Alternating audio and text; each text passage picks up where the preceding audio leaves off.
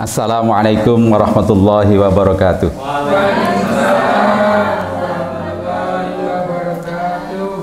Bismillahirrahmanirrahim. Alhamdulillahirabbil alamin.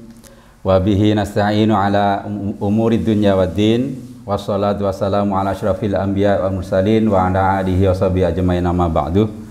Yang terhormat Bapak Kepala Madrasah Aliyah Negeri 2 Pasuruan beserta segenap jamaah, Dewan Guru dan pegawai di lingkungan Madrasah Aliyah Negeri 2 Pasuruan rahimakumullah yang berbahagia.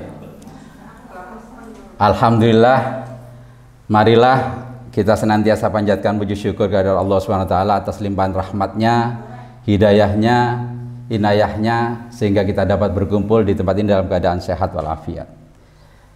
Setahun lalu kita telah berdoa dan doa kita diijabai, dikabulkan oleh Allah SWT. Tentu kita semua setahun lalu sudah berdoa bahwasanya di akhir Ramadan kita berdoa bahwasanya kepada Allah mudah-mudahan kita dipertemukan dengan Ramadan yang akan datang.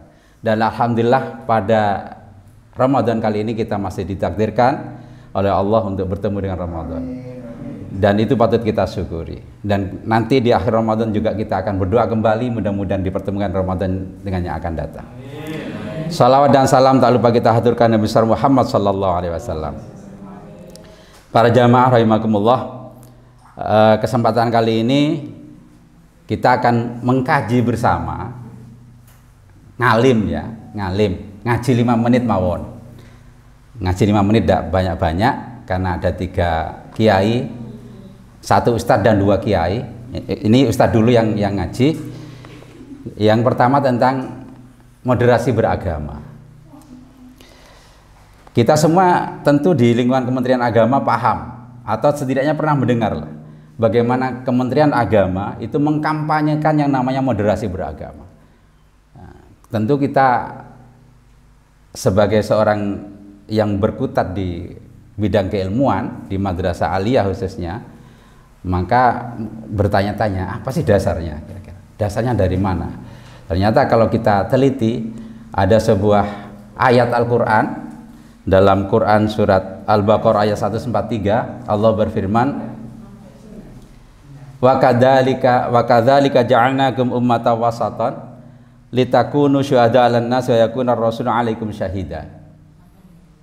Dan demikian pula kami telah menjadikan kamu, kita semua umat Islam, umat wasaton, umat pertengahan dalam tanda kutip, agar kamu menjadi saksi atas perbuatan manusia dan agar Rasul Muhammad menjadi saksi atas perbuatan kamu.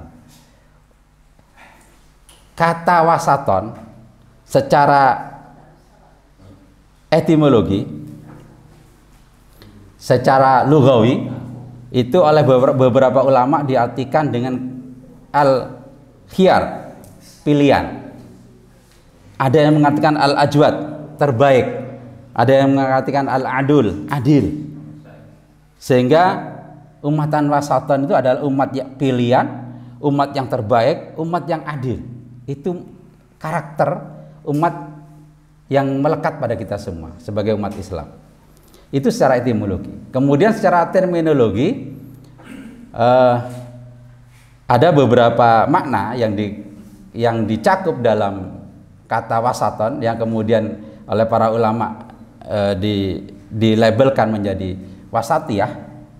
Itu ada 3 cakupan makna. Yang pertama adalah keadilan di antara 2 kezaliman atau kebenaran di antara 2 kebatilan.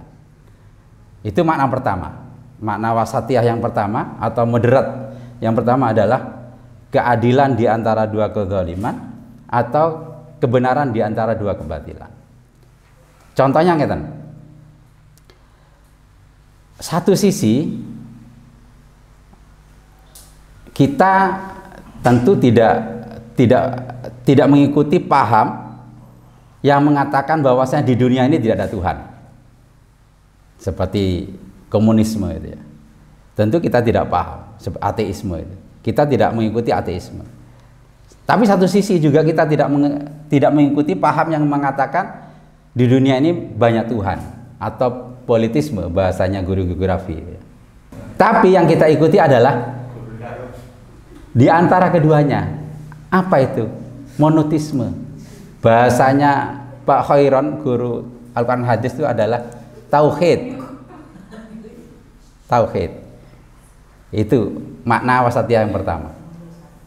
Satu sisi kita dilarang kikir oleh Allah Subhanahu wa taala. Benar betul ini?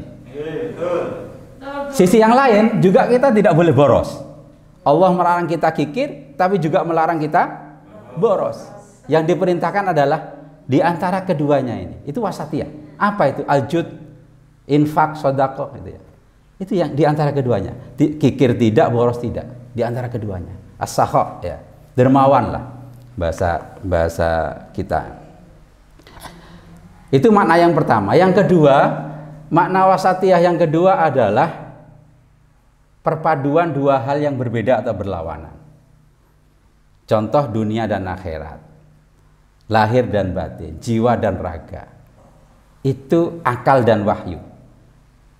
Itu adalah dua hal yang berbeda. Perlu dipadukan dalam makna wasatiyah. Dalam kita beragama, model wasatiyah ini. Kita tentu tidak boleh mengutamakan akhirat saja, tapi melupakan urusan dunia. Ono wong nek masjid terus oleh mboten, tapi tidak bekerja, melupakan nafkah kepada istri dan anak-anaknya. Boleh apa tidak ini?